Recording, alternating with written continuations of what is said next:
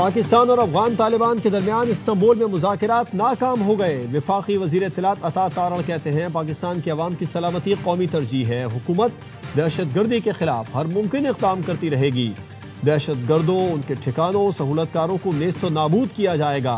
हुकूमत पाकिस्तान दहशत गर्दों के खिलाफ तमाम मसाइल बरूए कार लाएगी। पाकिस्तान ने दहशत गर्दों के खिलाफ ठोस और नाकाबिल तरदीद शवाहिद पेश किए। अफगान तालिबान और मेज़बान ममालिक ने शवाहिद तस्लीम किए मगर यकीन दहानी नहीं कराई। पाकिस्तान ने अफगान तालिबान से दोहा मुआहदे पर अमल दरामद का मुतालबा किया। तालिबान हुकूमत अफगान अवाम की नुमाइंदा नहीं। अफगान तालिबान हुकूमत अपनी बका के लिए जंगी मईशत पर इन्हिसार करती है। अफगान तालिबान अफगान अवाम को गैर ज़रूरी जंग में धकेलना चाहते हैं। पाकिस्तान ने अफगान तालिबान के साथ मुतअद्दिद मुज़ाकरात किए। अफगान तालिबान ने मुज़ाकरात में पाकिस्तान के नुकसानात से बेनियाजी दिखाई। कतर और तुर्की की दरख्वास्त पर पाकिस्तान ने अमन के लिए एक और मौका दिया। दोहा इस्तांबुल में मुज़ाकरात का वाहिद एजेंडा अफगानिस्तान से दहशत गर्दी को रोकना था। पाकिस्तान कतर और तुर्की का शुक्रगुजार है जिन्होंने मुज़ाकरात की मेज़बानी और मुखलिसाना कोशिशें की।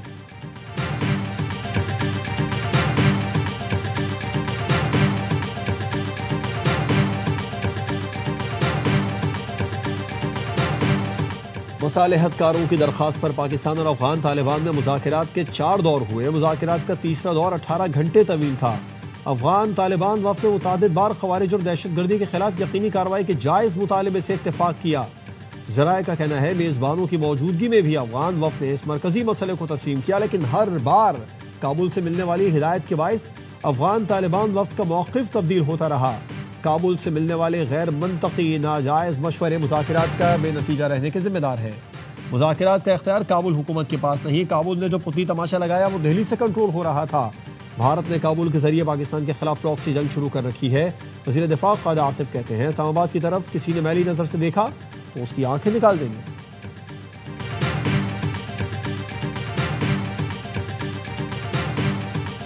इसराइल ने फिर गजा पर फ़ज़ाई हमले शुरू कर दिए। नेतन्याहू ने अमन मुआहदे की धज्जियां उड़ाते हुए गजा पर हमलों का हुक्म दिया। इसराइली फौज ने ताकतवर हमले की धमकी के बाद फ़ज़ाई कार्रवाई शुरू कर दी। गजा के मरकजी इलाकों को निशाना बनाया गया। अल शिफा अस्पताल के करीब भी बमबारी। नेतन्याहू ने यरगमालियों की लाशें वापस न करने को बहाना बनाकर हमलों का हुक्म दिया। नेतन्याहू का हमास पर मुआहदे की खिलाफ वर्जी का इल्जाम। हमास ने आज एक और यरगमाली की लाश निकाल ली है। अब तक 28 में से 16 यरगमालियों की लाशें मिल चुकी हैं। फ़लस्तीनी सिविल डिफेंस के मुताबिक इसराइली फ़ज़ाई हमलों में 2 फ़लस्तीनी शहीद और 4 जख्मी हो गए। अल शाती पनाह गुज़ीन कैंप, देर अल बिला और अल शिफा अस्पताल के अतराफ भी बमबारी की गई।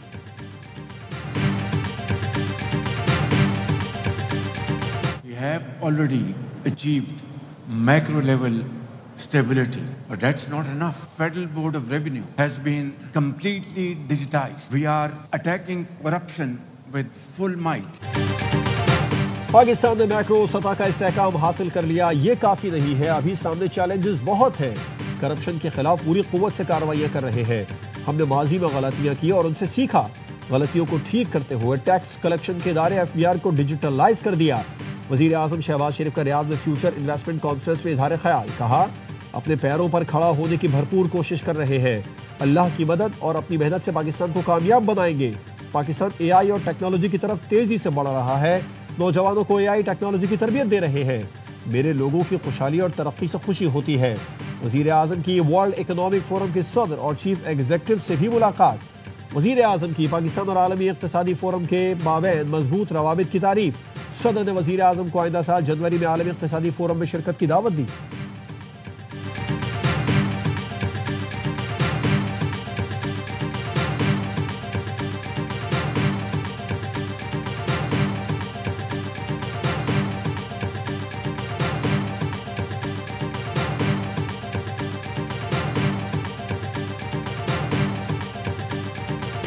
वज़ीर आज़म शहबाज शरीफ और सऊदी वली अहद मोहम्मद बिन सलमान की मुलाकात। इक़्तिसादी ताउन का फ्रेमवर्क शुरू करने पर इत्तेफाक।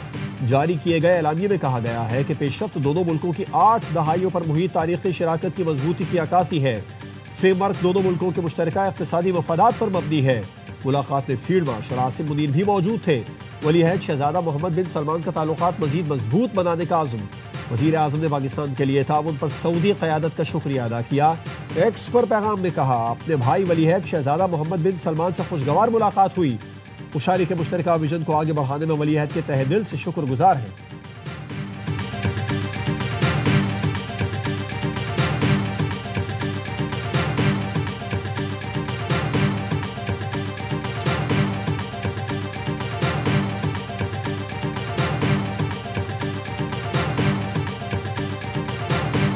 सऊदी अरब काबीना का पाकिस्तान के साथ इक़्तिसादी ताउन फ्रेमवर्क का खैर मकदम।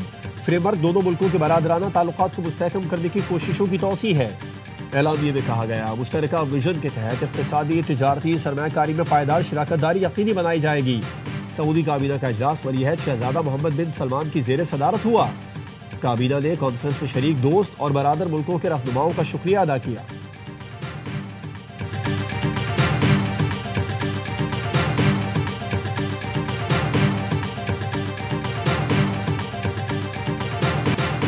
फील्ड मार्शल सैयद आसिम मुनीर का मिस्र, उर्दन और सऊदी अरब का तारीखी दौरा। तीनों मुल्कों की क़यादत का पाकिस्तान की मुसल्लह अफ़वाज पर मुकम्मल एतमाद का इजहार। दौरे के दौरान इंसदाद दहशतगर्दी, दिफाई ताउन, इंटेलिजेंस के इश्तराक पर गुफ्तगू हुई। फील्ड मार्शल की फ़ाल अस्करी सफारतकारी पाकिस्तान के आलमी वक़ार में इजाफे का बाइस है। फील्ड मार्शल का अहम अरब मुल्कों का दौरा कामयाब मिलिट्री डिप्लोमेसी की शानदार मिसाल है।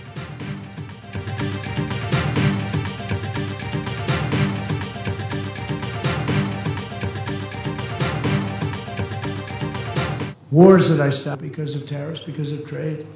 If you look at India and Pakistan, they were going at it. Pakistan, I said, look, we're not going to do any trade if you're going to be fighting ours. We get that nuclear dust all over the place. All of you are affected, right? अमरीकी सदर Trump ने फिर पाक भारत जंग का जिक्र छेड़ दिया। Tokyo में वजीर आजम शहबाज शरीफ और फील्ड मार्शल की तारीफ कर दी। कहा पाक भारत जंग में 7 खूबसूरत और नए जंगी तैयारे गिराए जा चुके थे। कारोबार के जरिए जौहरी जंग रुकवाई, वरना जौहरी ताबकारी से पूरी दुनिया मुतासिर होती। जापान में अमरीकी फौजी बेस पर खिताब में कहा कोई ऐसा अमरीकी सदर नहीं जिसने जंगें शुरू करने के बजाय रोकी हो।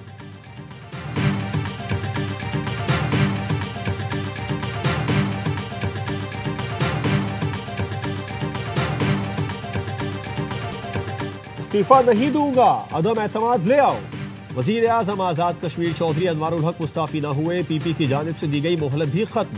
पीपी को 36 अरकान की हिमायत हासिल होने का दावा। तहरीक अदम एतमाद लाने के लिए तैयार। रियासत के नए वजीर आजम की नामजदगी का ऐलान बिलावल भुट्टो खुद करेंगे। लतीफ अकबर, चौधरी यासीन, सरदार याकूब के नामों पर गौर। पीपी ने वजारत उज़्मा के उम्मीदवारों के नामों से नून लीग को आगाह कर दिया। फॉरवर्ड ब्लॉक के 12 अरकान असम्बली ने पीपल्स पार्टी में शमूलियत इख्तियार कर ली। पीटीआई आज़ाद कश्मीर का मुनहरिफ अरकान के खिलाफ रेफरेंस दायर करने का फैसला। कानूनी कार्रवाई का आगाज कर दिया गया। जराए का कहना है सदर पीटीआई आज़ाद कश्मीर सरदार अब्दुल क़य्यूम न्याजी ने लीगल टीम को रेफरेंस तैयार करने की हिदायत कर दी। 4 अरकान के खिलाफ रेफरेंस स्पीकर को भिजवा चुके हैं।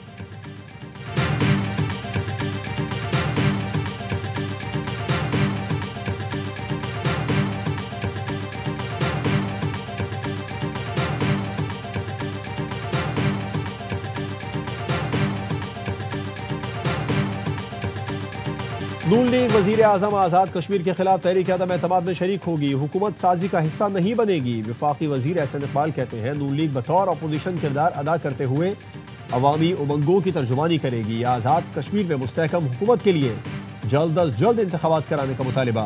वफाकी वजीर अमीर मकाम ने कहा ज्वाइंट अवामी एक्शन कमेटी के साथ मुआहदे पर अमल दरामद यकीनी बनाएंगे। हुकूमत जो भी आए मुआहदे पर अमल होगा।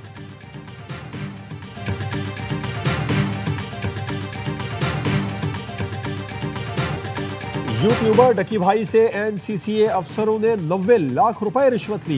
एंटी करप्शन सर्कल में दर्ज मुकदमे की कॉपी सामने आ गई। मुकदमे में दर्ज है असिस्टेंट डायरेक्टर शुएब रियाज ने 90 लाख रुपए फ्रंट पैनों के जरिए वसूल किए। रकम सादुर रहमान और डकी को रिलीफ और जुडिशल कराने के लिए वसूल की गई। ये रकम additional director Sarfaraz Chaudhary, deputy director Jawar Ahmed और दीगर अफसरों में तकसीम हुई। मुकदमे में इल्जाम लगाया गया सब इंस्पेक्टर्स रिश्वत की आधी रकम आला अफसरों को भी देते थे। मुकदमा डकी भाई की अहलिया अरूब जुतोई के मुद्दत में दर्ज किया गया था। रिश्वत लेने के मुकदमे में एनसीसीआईए के अफसरान का जिस्मानी रिमांड मंजूर। अदालत ने मुल्जिमान को 3 दिन के जिस्मानी रिमांड पर FIA की तहवील में दे दिया।